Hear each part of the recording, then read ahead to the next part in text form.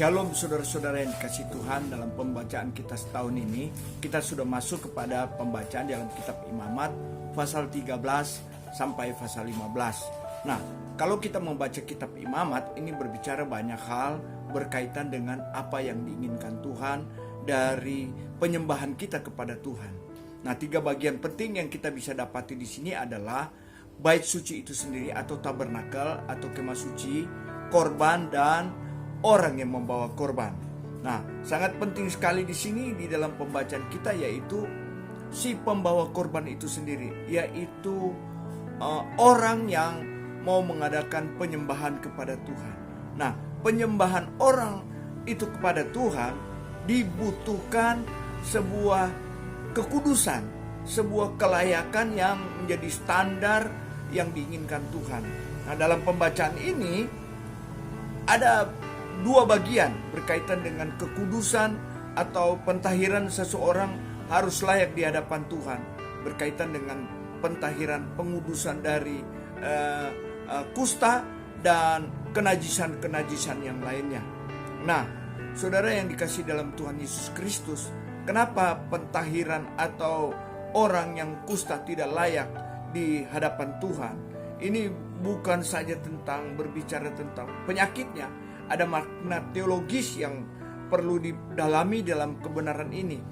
Apa yang perlu didalami? Ternyata hal-hal yang berkaitan kepada Tuhan itu bukan hanya tanggung jawab di tabernakel atau di bait suci saja, tetapi dalam kehidupan masyarakat sosial di luar bait suci, orang-orang Israel harus tetap menjaga kekudusannya, harus menjaga hal-hal yang berkaitan, yang berkenan kepada Tuhan.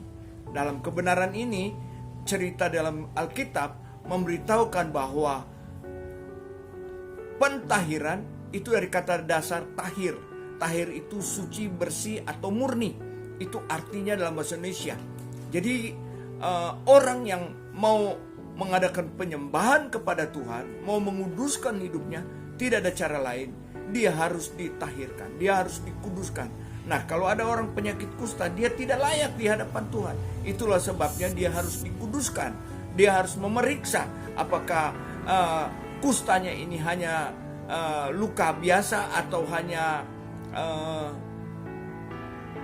penyakit kulit biasa. Tetapi kalau sudah merebak ke tempat-tempat yang lain, itu berarti kusta. Ini penjelasannya.